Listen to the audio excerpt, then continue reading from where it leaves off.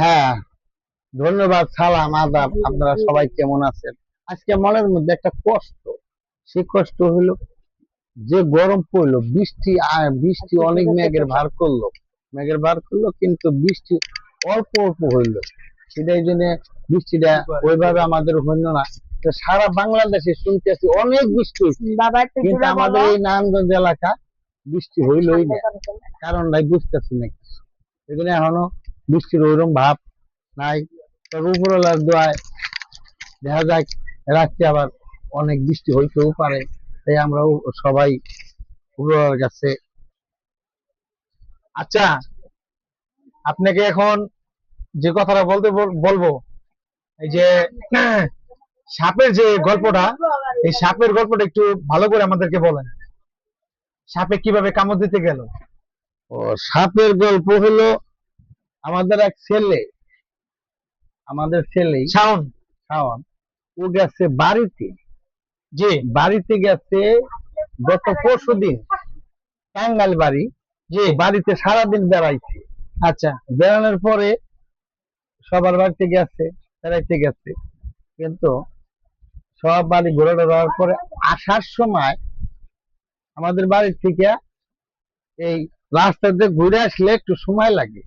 আবার চকের ভিতর দিয়ে আইসা গাড়িতে উঠলে খুব তাড়াতাড়িতে গাড়িতে উঠা যায়।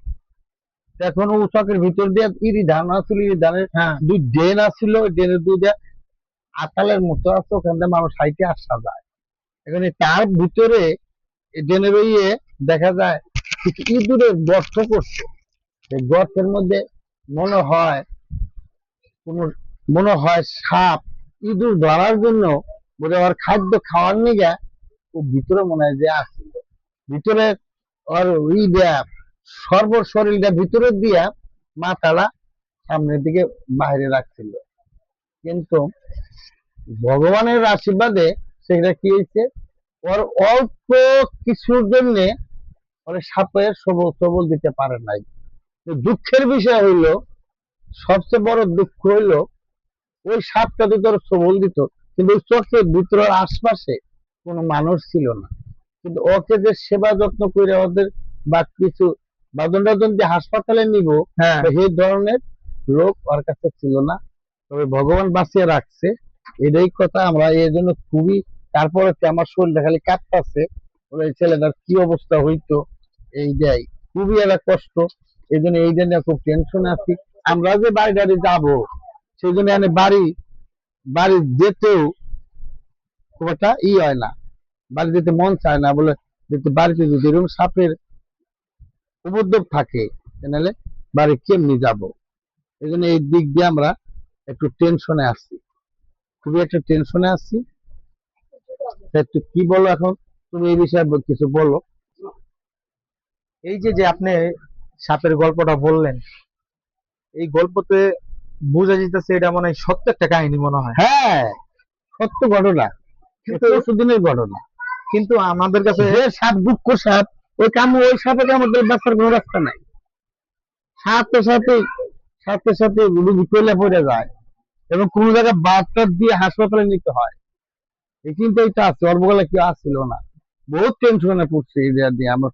তারপর তো শোনার পর তো অনেক খারাপ লাগতেছে, অনেক খারাপ লাগতেছে। আচ্ছা, যাই হোক, বিষয়টা জানার পর খুব দুঃখ লাগলো। হ্যাঁ, বিষয়টা জানার পর খুব দুঃখ লাগলো।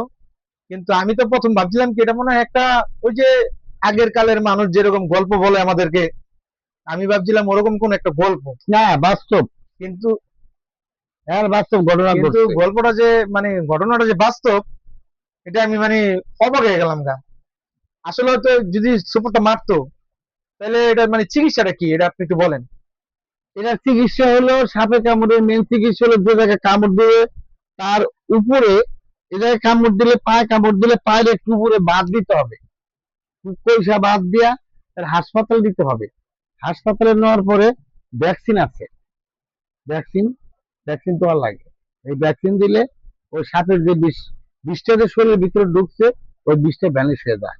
তারপরে এমনিয়াটাই হয়েছে, ওর ওয়াইফ একটু চিন্তা, এমন শোনার পরে এমন চিন্তায় পড়ছে, ওই আর এই কান্নাকাটি করছে। তারপরে এই ই করে ওর হাসপাতালে একটা সিনিয়র নার্স চাকরি করে, রাত্রে নাইট ডিউটি আছিল, এই টেনশনে পরেও আর ডিউটিতেই যায় নাই। আমি খুব খুশি হয়েছি না না যাওনে, কারণ সবটি এক জায়গা পরে আইসা কথাবার্তা কইছে, এই দিক দিয়ে আমি খুব না যে ভালো হয়েছে, খুশি হয়েছি। তো আমার যাওয়া উচিত ছিল ওরা আসার পরে, কিন্তু এই যে আমারও শরীর বেশি ভালো না, আর গরমের দিন তো আমি গরমে ইদানিং সহ্য করে পারতেছি না, সেই জন্য আমি যাইতে পারিনি। না, খুব খারাপ লাগলো বিষয়টা। এখন এই যে আপনি যে বললেন যে সাপে যদি সোপর মারে, তাহলে রশি দেয়া বা কিছু দেয়া যদি হাতটা যে বা জায়গায় পাওয়াটা শোবো, ভেঙে, হ্যাঁ, হ্যাঁ বল, যে জায়গায় সোপর দিলে, তার উপরের অংশে আর একটু উপরে বাদ দিতে হবে। ও আচ্ছা, এই বাতটা যদি দেওয়ার পরে, আগে তো যেরকম কবিরাজরা চিকিৎসা করতো, এখন কি কবিরাজের মাধ্যমে করালে ভালো হইব নাকি ভ্যাকসিন নিলে ভালো হবে? না না, আমি কবিরাজের মাধ্যমে আজ পর্যন্ত শুনি নাই কোনো কবিরাজ এই ধরনের যদি জাতি সাপে কামড় দেয়, শুনি নাই এই পর্যন্ত কোন কবিরাজ ভালো করছে। আমাদের গ্রামেও কয়েকটা এইভাবে ঘটনা ঘটছে, কামড় দিতে 3-4 দিন ধরে চিকিৎসা করার পরও ওইরকম দেহে নেই, পরে সে রোগী করার হয়নি, উঠে নাই, মারাই গেছে। এই জন্য আমি এই ভ্যাকসিন দেয় এটাই সবচেয়ে ভালো, সবচেয়ে এটাই মানে সে রোগী বেঁচে ওঠে, এই আর কি। আচ্ছা, আমি আরেকটা বিষয় আপনাদের জানতে চাই। কুকুরের যে কামড়, কুকুরের কামড়ে মানুষ কি পাগল হয়, এরকম কোনো ঘটনা আপনার জানা আছে? হ্যাঁ হ্যাঁ হ্যাঁ, এরকম ঘটনা তো এটা মারাত্মক ঘটনা।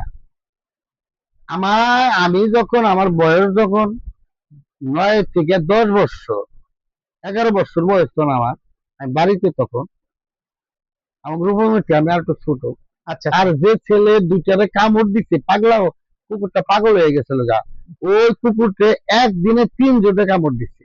একটা বিধবা মহিলার কামড় দিচ্ছে, আর দুইটা ছেলেরে কামড় দিচ্ছে আমাকে পাড়ায়। মানে কি করলো, কামড় দেওয়ার পরে ওই কুকুরটা খালি দেহ মানুষের কামড় দিতে যায়, পরে কুকুরটারে গ্রামের মানুষে বাইরে মাইরা লাইছে, আরো তো কামড় খালি দিবই। শেষে কি করব, ওই আগের যুগে তো ওই অমুক জায়গায় কবিরাজ আছে, গুড় পড়া আছে, লবণ পড়া আছে, এগুলা দিত, শিওর দিত, পুরা এই লবণ পড়া গুড় পড়া খাইলে আর কুকুরের কামড় কিছু হবো না। আর ওই যে বিধবা মহিলারা কামড় দিছে, হ্যাঁ, ওই বিধবার মহিলা আবার ছেলে ঢাকা ভার্সিটিতে পড়তো, সেই কথা শুনে তখন আগে 14টা ইঞ্জেকশন নাভিতে নেওয়া লাগতো, এখন তো এই 5টা ইঞ্জেকশন হাতে নেওয়া লাগে, কিন্তু আগে 14টা ইঞ্জেকশন নাভির চার মধ্যে নেওয়া লাগতো। ও করছিল কি, ঢাকার থেকে যাওয়ার সময় বাইরে ওই কামড়ের কথা শুনে ইঞ্জেকশন নিয়ে গেছিল, আচ্ছা নিয়ে 14 দিন ভইরা ওই ইঞ্জেকশন দিচ্ছে, দেওয়ার পরে পরবর্তী তোর মা ভালো হয়ে গেছে গা। আর ওই যে যে দুটো বাচ্চারা কামড় দিছিল তারা গুড় পড়া লবণ পড়া খাওয়াইছে, ঠিক 3 মাসের মাথায় হ্যাঁ, ওই ছেলে দুটো হঠাৎ করে পেটে ব্যথা, আচ্ছা পেটে ব্যথা, পেটে ব্যথা হইয়া আর মুখ দিয়া সমানে লাল, লাল পড়া দিল, আসলে ফেব্রি মানে এই যেমন ওই যে মানে বমি করার আগে যেমন ফালায় না, ওইরকম ফালানো শুরু করে দিল। পরে শেষে হাসপাতালে থেকে ডাক্তার আসলো, ডাক্তার আসার পরে তারা বললো যে এই এই ছেলে আর বাঁচার কোনো রাস্তা নাই, আর আমাদের কোনো করার কিছু নাই। তো আপনারা যদি চান আমরা একটা ভ্যাকসিন দিয়া, এটা 1 ঘন্টার মধ্যে ভ্যাকসিন দিলেই ছেলে মারা যাবে, আপনারা কি এটা চান, না ওরা আস্তে আস্তে মরবে সেটা চান? তখন গ্রামের মানুষ মায়ের বাপের কি মনের মধ্যে এটা হয়, সহ্য না, পরে শেষে আর দুয়ারের মধ্যে ওই ছেলেটারে শোয়াইলো।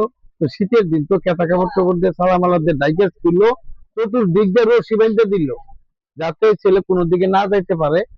মানুষ সারা রাত বয়া বসে রইলো, আর সুমানে হ্যাঁ, ওই ছেলে নিজের শরীর নিজে কামড়ায়, এইভাবে কামড়াতে কামড়াতে পায় রাত 4টার পরে ওই ছেলেটা মারা গেল, মারা গেল। আবার পরের দিনে ওই যে আরেক ছেলে কামড় দিছে, হ্যাঁ, পরের দিনে ওই ছেলে ওই ওই উপসর্গটাই হইলো, ওই এই কুকুরের কামড়ে ভ্যাকসিন নিয়েছিল না, একই উপসর্গে 2টা ছেলে মারা গেল। তারপরের থেকে আমি এই কুকুর দেখলে আমি ভয় পাই, জানো, এখনো? আমার বাস্তব জীবনের ঘটনা, আমি কুকুর দেখলে ভয় পাই। সত্যি কথা। ওই যে আরে আমাকে রূপম রে একটু পুকুরে আসর আসর দিছে কিনা দিছে, আমি গতবার 5টা ভ্যাকসিন দিছি 2500 টাকা দিয়ে, কেন এই আর কি, সেটাই। এখন আমার এই যে কুকুরের কামড় দিছে, এই কুকুরের কামড়ে কিন্তু ব্যথা পাই নাই। তারপরে অন্ধকার না, অন্ধকারে সবাই বলতেছিল কুকুরে কামড় দিয়েছে, ভ্যাকসিন নেওয়ার এটা জরুরি।